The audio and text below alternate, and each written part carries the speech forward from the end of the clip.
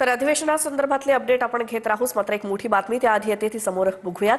Sheetal तेजवानीची police कोठडी आज संपतीये, त्यामुळे शीतल तेजवानीला आज पुन्हा एकदा कोर्टामध्ये हजर केलं जाईल। शीतल तेजवानी सध्या पुण्यातील मुंढवा जमीन गैरव्यवहार प्रकरणी अटकेत आहे आणि आर्थिक गुन्हे शाखेनं अटक केल्यानंतर सत्र न्यायालयाकडनं तिला कोठडी सुनावण्यात आली आहे। तिची कोठडी आज संपतीये, त्यामुळे आज पुन्हा एकदा तिला कोर्टामध्ये हजर केलं जाणार आहे। आणखी एक मोठी बातमी, पुण्यातील मुंढवा जमीन गैरव्यवहार प्रकरणामध्ये निलंबित तहसीलदार सूर्यकांत येवलेची चौकशी पुणे पोलिसांकडनं आज देखील पुन्हा केली जाऊ शकते। आज पुन्हा एकदा त्याला चौकशीसाठी बोलावलं जाऊ शकतं। सूर्यकांत येवले सध्या अंतरिम जामिनावरती बाहेर आहे, मात्र पोलीस चौकशीसाठी त्याला पुन्हा एकदा बोलवू शकतात।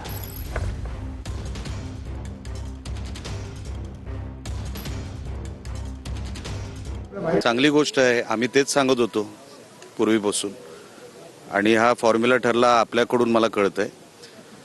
हे सगळीकडेच झालं पाहिजे, नुसतं महानगरपालिकाने त्यानंतर जिल्हा परिषदा पण आहेत। जे आम्ही सातत्याने सांगतोय की महायुतीमध्ये आपण लोकसभा लढलो, विधानसभा लढलो, तर सगळ्याच निवडणुका महायुतीमध्ये लढल्या गेल्या पाहिजे।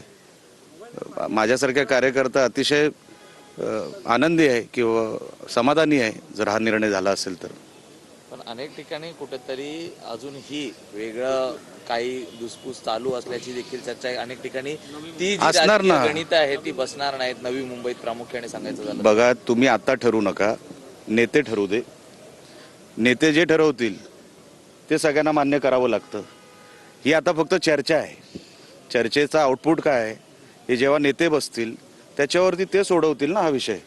हे जे काही कोडं असेल तुम्ही म्हणताय कुठे कुठे काही ठिकाणी, तर ते नेते बसून ठरवतील। ठाकरे आज येणार आहे सहभागी होण्यासाठी।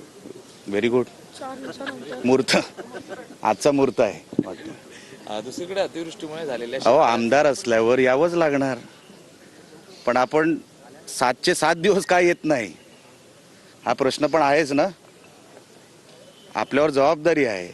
MLC हे वरचं हाऊस आहे, सगळे विचारवंत म्हणतात तिकडे बसतात, तर आपण एकच दिवस येऊन काय साध्य होणार आहे? त्या हाऊसमधून जो आउटपुट निघाला पाहिजे सदस्यांकडून, सन्माननीय उद्धवजी तिकडे 7चे 7 दिवस किंवा जेवढा वेळ अधिवेशन चालेल तो काळ त्यांनी यायला पाहिजे। त्यांच्यावर जबाबदारी, त्यांचं कर्तव्य आहे, ते मेहरबानी नाही। दुसरीकडे अतिवृष्टीमुळे झालेल्या शेतकऱ्यांच्या नुकसानी संदर्भात आज विशेष चर्चा ही 193 होणार आहे। 293 हा 293 जवळपास 31,000 कोटींचं जे पॅकेज जाहीर केलं, मात्र अजूनही शेतकऱ्यांना मदत मिळालेली नाहीये। अनेक ठिकाणी ही परिस्थिती तशीच आहे। याबाबत सत्ताधारी तर आहेतच, मात्र विरोधक देखील तितकेच आक्रमक आहेत। बघा, आजचा जो 293चा जो प्रस्ताव आहे तो सत्ताधाऱ्यांनीच मांडलेला आहे, बरोबर। म्हणून जे 31,000 कोटीचा पॅकेज आहे, आता माझं पण आता त्या विषयावर बोलणार आहे। कोकण हा त्याच्यामध्ये कुठे आहे हा विषय मी माझ्या भाषणामध्ये मी मांडणार आहे आणि ते लवकर आता KYC सुरू आहे। जसं कोकणाचं मी सांगू शकतो, KYC हे तहसीलदार करतायत आणि त्यानंतर ती प्रोसिजर मिळायला सुरुवात होईल, लवकरात लवकर मिळावी, आमचंही तेच प्रयत्न आहेत। पण KYCच्या नावाखाली वेळ काढूपणा चाललाय नाही हो, शेतकऱ्यांचा बोनस हा मुद्दा प्रलंबित आहे। काय धान उत्पादक शेतकरी हा